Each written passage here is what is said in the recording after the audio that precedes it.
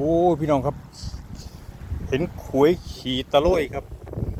ขี่ตะโลยก็คือไส้เดือนนะครับโอ้เต็มใจอ่านนะครับไส้เดือนทะเลครับ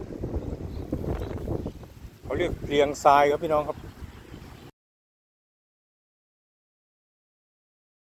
มีทั้ง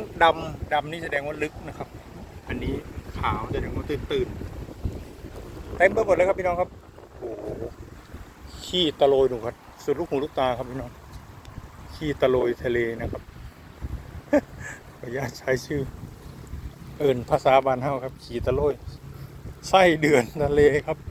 เขาเรียกเรียงทรายครับโอ้โหแต่กองเริ่มบลาเลยดูตัวจะใหญ่ขนาดไหนเนี่ยเอามาฝากพี่ฝากน้องเด้อมันไม่ได้มีทุกที่นะครับแบบนี้เห็นแล้วก็ถ่ายมาฝากกันนะครับ